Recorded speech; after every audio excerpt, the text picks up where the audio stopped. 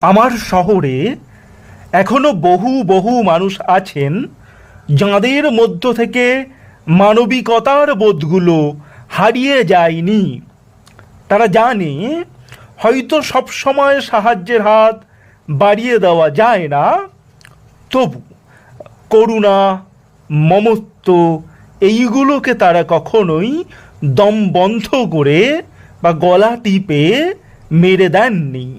এইগুলোকে তারা সযত্নে লালিত করেন। এ সমস্ত মানুষেরা বহু সময় দেখেছেন প্রয়োজনের অতিরিক্ত সাহায্য বহু আর্থিক চ্যালেঞ্জের সম্মুখীন মানুষেরাও নেন না। এরকমই একটি গল্প অন্বেষা বর্ষা সংখ্যায় লিখেছেন গল্পকার প্রণতি গায়েন। বর্ষা সংখ্যাটি পড়তে অনুরোধ করব সকলকে।